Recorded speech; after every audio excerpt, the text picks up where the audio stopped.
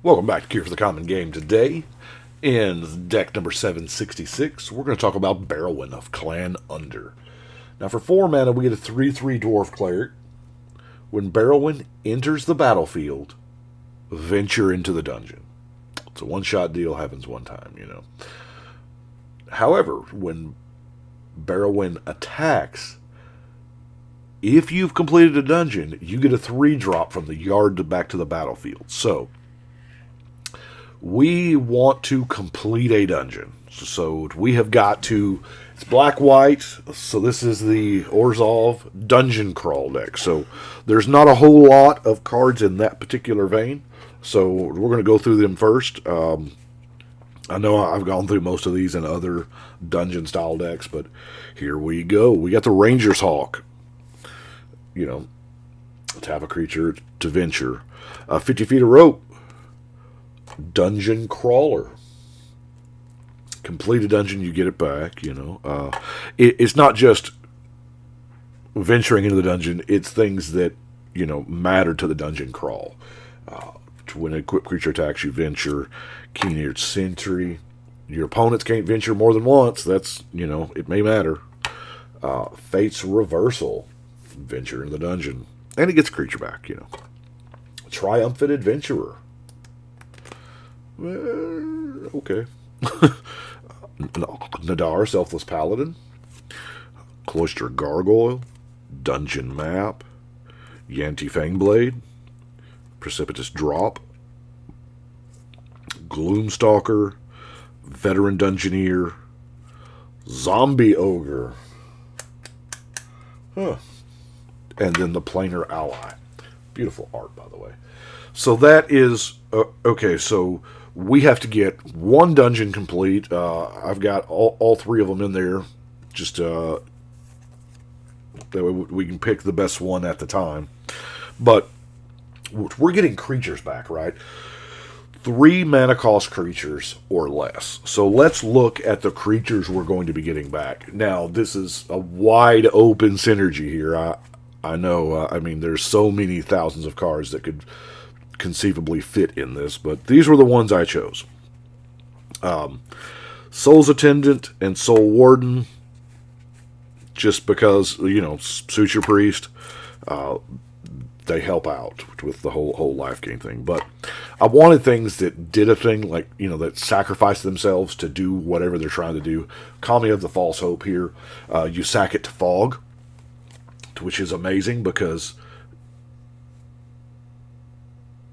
you can get it back, right? Mother of Runes is a good card. Oreskos Explorer, I'd like to get back, get that 2nd drop. Kami of Ancient Law, sack it to disenchant. Ronan Unicord. Vampire Hexmage is a Planeswalker killer. I really like Selfless Glyphweaver here. Now, you can't get it back because it exiles it. If it dies somehow, but you're exiling it to give creatures you control indestructible. It is kind of a nombo with the exile, but, it's all good. Dawnglade Invoker is, I think, deceptively powerful. 8 mana seems like a whole lot, and I think that's what steers people clear of it, right? But late game, this is a 3-drop you don't mind drawing. Just tap all creatures target player controls. So that's a beautiful thing. It's a very beautiful political thing, too. To tap someone else's creatures to encourage, if it's not your turn, to encourage another player to attack them. Ollie. Silverblade Paladin. Both creatures having double strikes, not bad. Burnished Heart. You want to talk about some mana production here. Yeah, getting that back sweet. Bygone Bishop does tend to die because, that many clues gets noticed. Fleshbag Marauder's a good one to get back. I know it's weird. Necrotic Sliver, you only have 1 sliver in the whole deck. But getting it back is kind of neat. But these cards I want to talk about. Spurn Mage Advocate. I think they deserve a little more play than what they're getting. You tap it to you. It's got a. The effect has its own cost and reward in it. You tap it, return 2 target cards in an opponent's graveyard to their hand to destroy an attacking creature. This is a 1-mana 1/1 that says tap, destroy an attacking creature, and make a friend. So, in that same vein, Pulse Mage Advocate, you return 3 cards in the opponent's graveyard to their hand to return a creature card from your graveyard to play.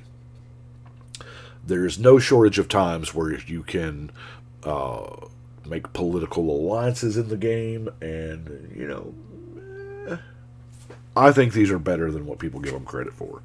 Of course, the Sun Titan and the Bishop of Rebirth kind of fit along that same theme, right? As does Unearth. But let's look at some color fixing here, some ramp. We have a Guardian Idol, Marble Diamond, Mind Stone, Orzhov's Signet, Cluestone, and Locket, the Worn Power Stone.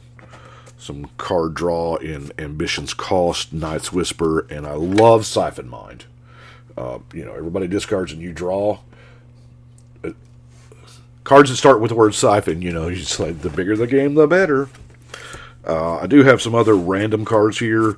Diabolic Tutor doesn't really fit in any kind of category, so Cleric class, gaining some life, and when it becomes level 3, you get to get that creature back. Debt to the Deathless is just, you just win games with this card, right? Spoils of Blood, not really an anti-wrath card, but you board wiped? Okay, here's what I got. And then Magister of Worth for something in the air. Removal wise, we're in black and white. I could have filled the entire deck with removal. Disenchant, Despark, Murder, Lapse of Certainty. Devastating Mastery is another chance to make a friend, right? Or if you're playing Kingdoms and you want to convince the king you're the knight, hey, if the 4-mana cost was paid, they get to pick up 2 things, and then you destroy everything else. We have Mortify, Utter's End, Kaya's Wrath, and then Merciless Eviction, which is going to bring us to our non-basic lands. Vault of the Champions, Isolated Chapel, Shambling Vent, Command Tower. There's our Rogue's Passage. Silverquill Campus, Orzhov Basilica, Scoured Barrens, Orzhov Guildgate, Forsaken Sanctuary, Snowfield Sinkhole, Starlit Sanctum. I'll admit, the deck started as kind of a cleric theme.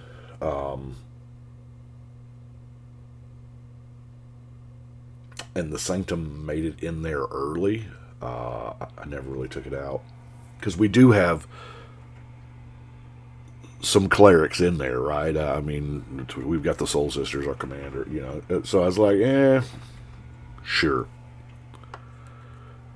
Vivid Meadow, Evolving Wilds, and Terramorphic Expanse. And that is Barrowin. Like I said, I don't know a lot about the actual character Barrowin, but I like it. Let's put our dungeons in there, and we will... That loud sound was coming from my computer. That was wild. So, that is 766 on the wall. Ready to play. So... might get played this weekend. Who knows?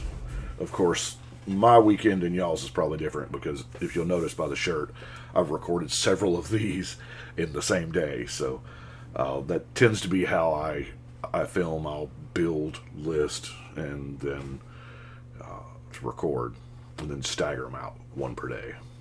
Anyway, I do appreciate y'all watching, but we're going to go ahead and shuffle and cut.